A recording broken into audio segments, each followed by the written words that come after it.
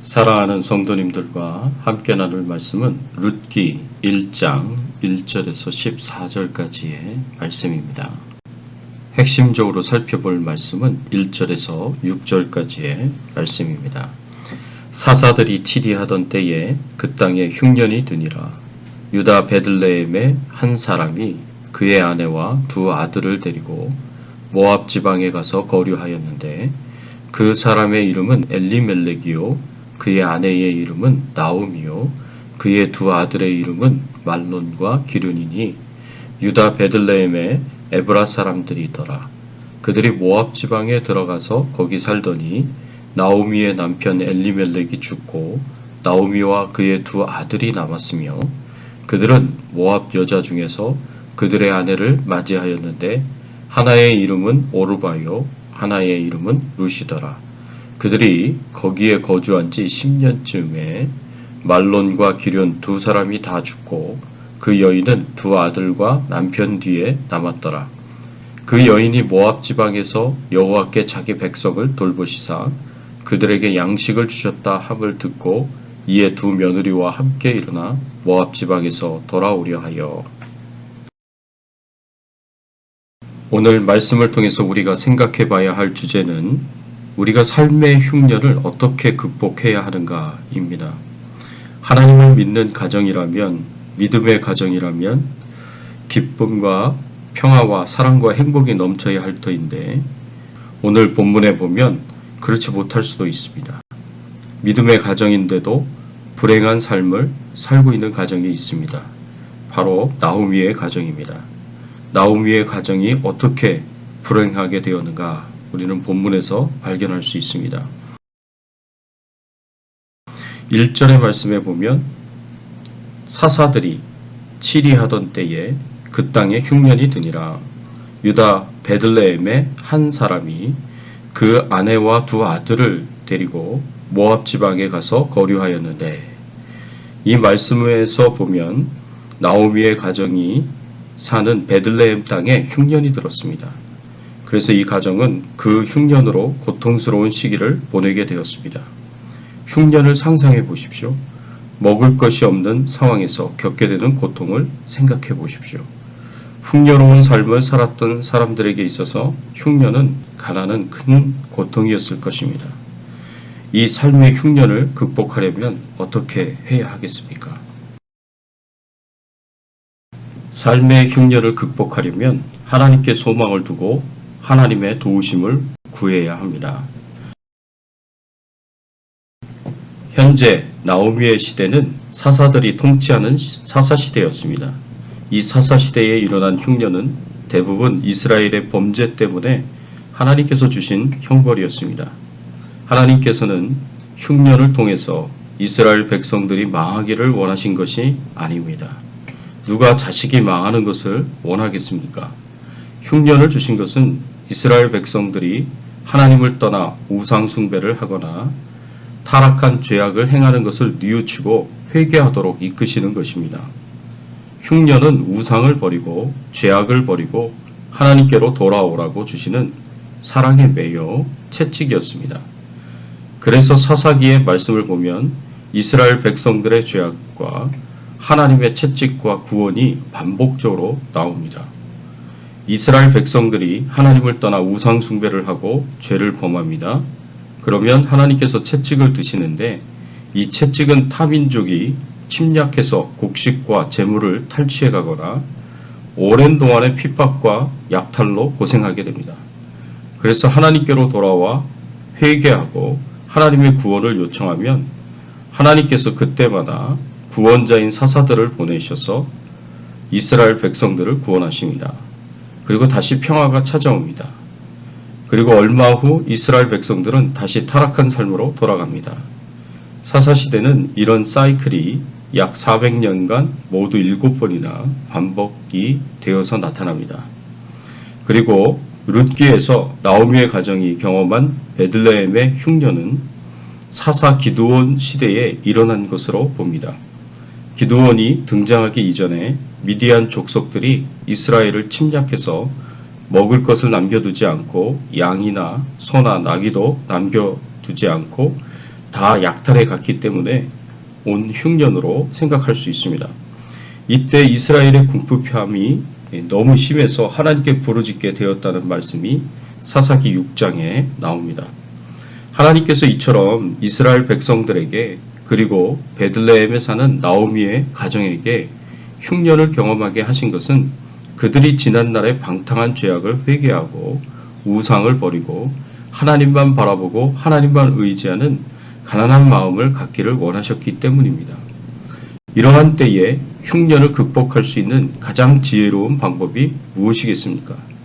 당연히 죄를 회개하고 하나님께 돌아오는 것이 아니겠습니까?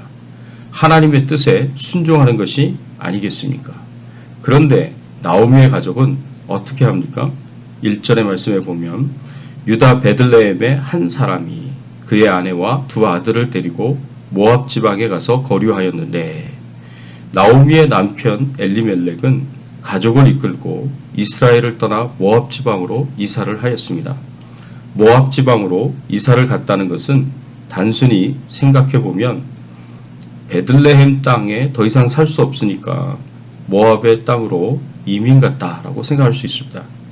그런데 모압 땅으로 이사했다는 것은 단순한 것이 아닙니다.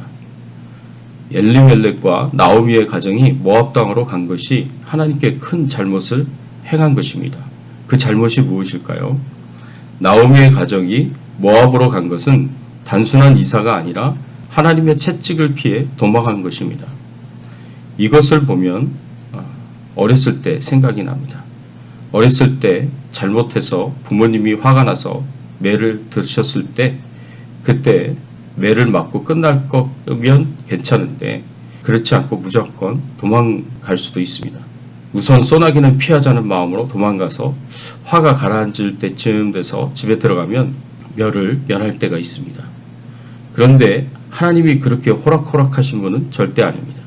우리가 도망한다고 해서 도망갈 수 있는 분이 아니고 분별 없이 화를 내시는 분도 아니고 한번 매를 들면 회개할 때까지 절대 놓지 않는 분이 하나님이십니다. 엘리멜렉의 가정은 흉년을 극복하려고 하지 않았고 흉년을 피하여 도망하려고 하였습니다. 회개함으로 겸손히 하나님께 회개해야 할 나오미의 가정은 모압 땅으로 도망감으로 계속해서 하나님의 뜻에 불순종합니다. 나오미의 가정은 순종을 통하여 하나님의 은총과 축복을 누리려고 하지 않았고 끝까지 불순종하여 하나님의 은총과 축복 없이 부유한 삶을 살려고 하였습니다. 흉년의 가난함을 피해 도망하면 부유한 삶을 살면 행복한 삶을 살 수 있을 것이라 생각했을 것입니다. 그래서 그 행복한 삶을 위하여 끝까지 하나님의 뜻에 불순종했습니다. 이것이 인생의 어려운 시기에 나오미의 가정이 선택한 삶이었습니다. 그렇다면 하나님 밖에서 하나님 없이 풍요로운 삶을 살려고 했던 행복한 삶을 살려고 했던 나오미의 가족은 그들이 원하는 대로 풍요로운 삶, 행복한 삶을 살아갈 수 있었습니까? 아닙니다. 그들은 자신들이 한 행동이 풍요로운 삶을 보장할 수 있을 것이라고 생각하였지만 그 뜻대로 소망대로 풍요로운 삶들을 살 수가 없었습니다. 그들이 선택한 그곳에서는 오히려 더욱 큰 흉년의 고통을 경험해야만 했습니다. 돌이키지 않는 불순종의 삶에는 더 큰 흉년이 있을 뿐입니다. 남편 엘리멜렉과 두 아들 말론과 기련이 죽었습니다. 이 사람들은 불순종으로 풍요로운 삶을 살려고 하였지만 하나님 없는 풍요로운 삶을 살아가려고 했지만 결국 그토록 원하던 풍요로운 삶을 누리지 못하고 죽게 되었습니다. 그 가정의 가장인 엘리멜렉과 두 아들인 말론과 기련이 죽게 되었습니다. 나오미는 이들의 죽음에 대하여서 21절에서 무엇이라고 말합니까? 내가 풍족하게 나갔더니 여호와께서 내게 비어 돌아오게 하셨느니라. 여호와께서 나를 징벌하셨고 전능자가 나를 괴롭게 하셨거늘 너희가 어찌 나를 나오미라 부르느냐 하니라. 나오미는 여호와께서 나를 징벌하셨다라고 고백합니다. 남편 엘리멜렉과 두 아들의 죽음은 돌이키지 않는 불순종의 삶에 대한 하나님의 심판이었음을 나오미는 알고 있었습니다. 하나님 밖에서 하나님 없이 풍요로운 삶을 추구하였던 행동의 결과는 죽음이었습니다. 끝까지 돌이키지 않고 불순종의 길을 걸어갔던 행동의 결과는 죽음이었습니다. 엘리멜렉의 가정은 행복한 삶을 원했지만, 풍요로운 삶을 원했지만 아무것도 이루지 못하고 누릴 수 없었습니다. 또 나오미는 혼자 남게 되었습니다. 나오미는 혼자 남게 되었는데 처음에는 남편을 잃었고 다음에는 두 아들을 잃었습니다. 처음 하나님이 주신 땅을 나올 때에는 모든 가족이 살아 있었고 많은 재산도 있었지만 이방 땅에서의 10년의 세월 동안 나오미는 모든 것을 잃어버렸습니다. 가지고 있었던 재산도 모두 잃게 되었고 함께 의지하였던 가족들도 모두 잃어버렸습니다. 이제 모든 것을 잃고 나이 들어 늙어 아무 일도 할 수 없는 상태에서 혼자 남게 되었습니다. 나오미에게 주어진 하나님의 형벌은 이 거친 세상에 남편도 자식도 없이 혼자 남는 것이었습니다. 이렇게 나오미의 가정은 하나님을 믿는 가정이었지만 원래 믿음의 가정이 누려야 할 가족 간의 사랑도 평안도 행복도 모두 잃어버린 실패한 가정이 되어야 했습니다. 더 이상 불행해질 수 없을 정도로 철저하게 불행한 상태에서 나오미가 어떻게 행동합니까?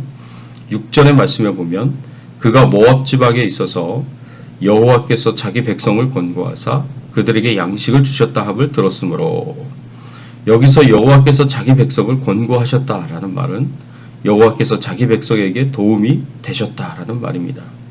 그래서 그들에게 양식을 얻을 수 있도록 허락하셨다는 말입니다.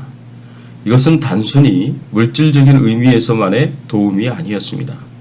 하나님께서 이스라엘에게 도움이 되셨다는 것은 흉년의 가난함에서 구제하셨다는 것뿐만 아니라 영적인 흉년에서 구제하셨다는 것을 의미합니다.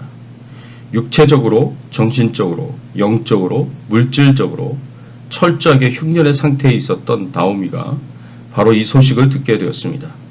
이 소식은 오직 절망만이 있었던 나오미에게 아주 중요한 소식이 되었습니다. 나오미는 이 소식을 듣자마자 곧 모압 지방을 떠나 고향 유다 베들레헴으로 떠나게 됩니다. 나오미에게 새로운 희망이 생긴 것입니다. 그 희망은 흉년의 상태에 있는 자신도 하나님의 도우심과 은혜를 입을 수 있다는 희망이었습니다. 가족과 가진 재산을 의지하여 하나님을 버리고 떠난 나오미가 이제는 아무것도 의지할 것이 없는 상태에서 하나님만을 바라보고 하나님의 은혜를 입기 위하여 다시 돌아가고 있습니다. 모든 소망이 다 사라진 그 순간에 하나님의 은혜에 대한 소망이 다시 생겨난 것입니다. 사랑하는 성도 여러분, 나오미는 가장 밑바닥에서 하나님의 은혜를 구함으로 인생의 반전을 이루었습니다. 지금 즉시 기도로, 말씀으로 우리도 나아가야 합니다. 기도와 말씀 가운데서 말씀하시는 하나님의 세미한 음성을 들어야 합니다. 그리하면 하나님의 도우심을 얻을 것입니다. 이것이 우리 신앙이니 우리 믿음의 가정들이 고난을 극복할 수 있는 길이며 흉년을 이기는 지혜입니다. 흉년이 올 때 더 큰 흉년을 만나 실패하지 말고 믿음으로 기도로 승리하는 저와 여러분들이 되시기를 예수님의 이름으로 축원합니다. 함께 기도하겠습니다. 하나님 감사합니다. 저희들을 항상 은혜와 사랑 가운데 풍성한 하나님의 축복 가운데 살아가게 하여 주시니 감사를 드립니다. 우리가 삶의 흉년을 극복하려면 하나님께 소망을 두고 하나님 앞에 나와 하나님의 도우심을 요청해야 된다고 말씀을 통하여서, 특별히 나오미의 가정의 그 모습을 통하여서 저희들에게 가르쳐 주시고 교훈하여 주시니 감사를 드립니다. 우리의 삶의 흉년을 저희들이 하나님께 소망을 두고 기도로, 말씀으로 속히 극복해 나갈 수 있도록 하나님께서 은혜를 주시고 축복해 주시옵소서.